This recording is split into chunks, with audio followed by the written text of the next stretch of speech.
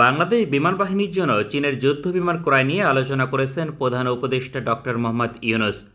अस्सलामुअलैकुम वीवर, बहुत ही ज़्यादा इंटरेस्टिंग और बहुत ही ज़्यादा इम्पोर्टेंट किस्म की वीडियो लेकर आप लोगों की खिदमत में हाजिर हुए हैं। वीवर, चीनी लड़ाका तैयारा J-10C को बाय करने के लिए चीन से मुज़ाकरात जारी हैं। बांग्लादेश बहुत जल्द J-10C को इंशाल्लाह बाय कर लेगा। बहुत ही ज़्यादा इम्पोर्टेंट वीडियो शेयर करने वाले हैं। अभी तक आप लोगों ने हमारे चैनल को सब्सक्राइब नहीं किया हुआ तो जल्दी से हमारे चैनल को सब्सक्राइब कर लीजिएगा। Without wasting the time video को स्टार्ट करते हैं।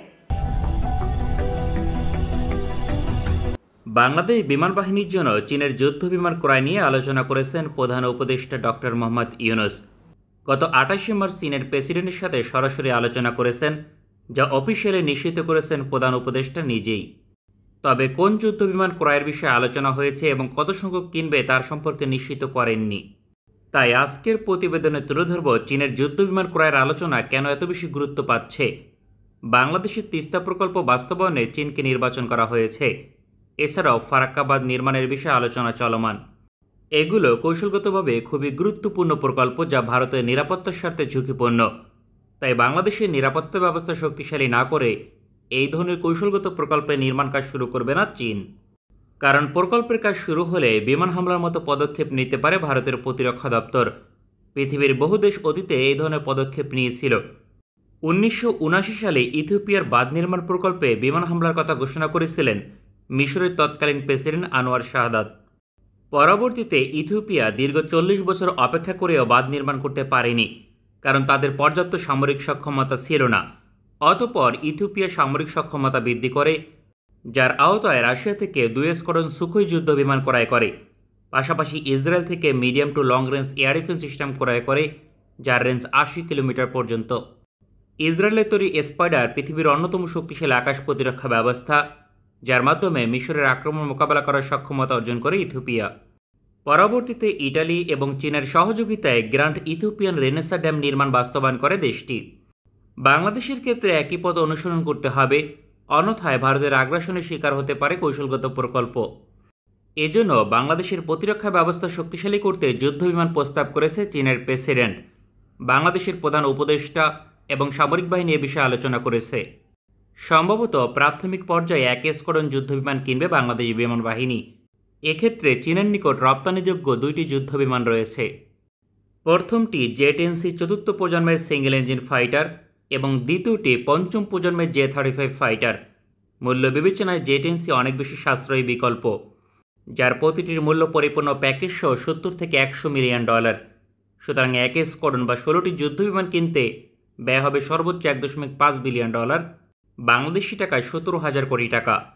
চীনের J-10C পাকিস্তানের মতো কাস্টমাইজ করে ক্রয় করলে সহজেই ভারতের সম্ভাব্য হুমকি মোকাবেলা করা সম্ভব, কারণ ভারতীয় বিমান বাহিনীর প্রায় 600টি যুদ্ধবিমান রয়েছে, যার মাঝে সবগুলো থেকে এগিয়ে রয়েছে J-10C ফাইটার।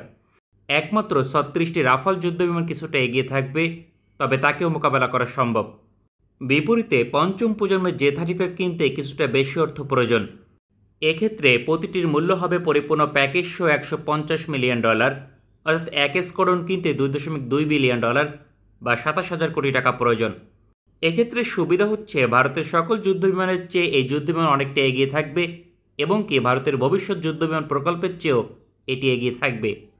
বাংলাদেশের জন্য উভয় যুদ্ধবিমান ক্রয় করা সম্ভব, তবে আপাতত সূত্র অনুযায়ী বাংলাদেশ চীনের J-10C ক্রয়ের পথে অগ্রসর হচ্ছে, কারণ এই মুহূর্তে পঞ্চম প্রজন্মের যুদ্ধবিমান অপারেট করার মতো অবকাঠামো এবং দক্ষতা নেই, যা বাংলাদেশ বিমান বাহিনীর অর্জন করতে কমপক্ষে 1 দশক সময় লাগবে। পর্যায়ক্রমে আরও 1 স্কোয়াড্রন J-10C বাংলাদেশের বহরে যুক্ত হবে, অর্থাৎ ধারাবাহিকভাবে কমপক্ষে 2 স্কোয়াড্রন সিঙ্গেল ইঞ্জিন ফাইটার কিনবে বাংলাদেশ বিমান বাহিনী।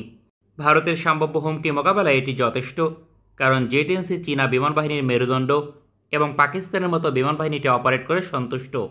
সবচেয়ে গুরুত্বপূর্ণ হচ্ছে ভারতের বিরুদ্ধে চীনের শক্তিশালী নেটওয়ার্কিং সিস্টেম ব্যবহার করতে পারবে বাংলাদেশ বিমান বাহিনীর J-10C ফাইটার। চীনের অ্যাওয়াক্স এয়ারক্রাফট চীনের আকাশসীমায় অবস্থান করেই ভারতের সকল তথ্য বাংলাদেশের যুদ্ধবিমানে সরবরাহ করতে পারবে। চীনের আকাশসীমা থেকে ভারতের শিলিগুড়ি করিডর এবং পূর্বাঞ্চলের 7 রাজ্যের ওপর নজরদারি করতে সক্ষম দেশটির KJ-500 এবং KJ-700 অ্যাওয়াক্স এয়ারক্রাফট, কেননা এর রাডার রেঞ্জ 500 কিলোমিটার পর্যন্ত।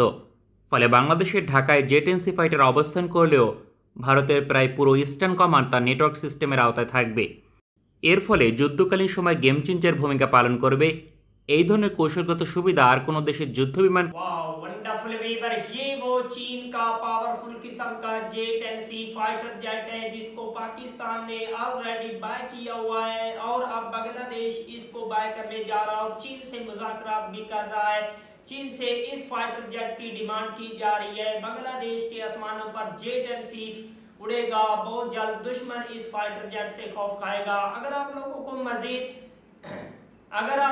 मजीद इंफॉर्मेटिव वीडियो देखनी है तो जल्दी से हमारे चैनल को सब्सक्राइब कर लीजिएगा। मिलते हैं आपसे नेक्स्ट वीडियो में इंशाअल्लाह। तब तक के लिए अल्लाह हाफिज़।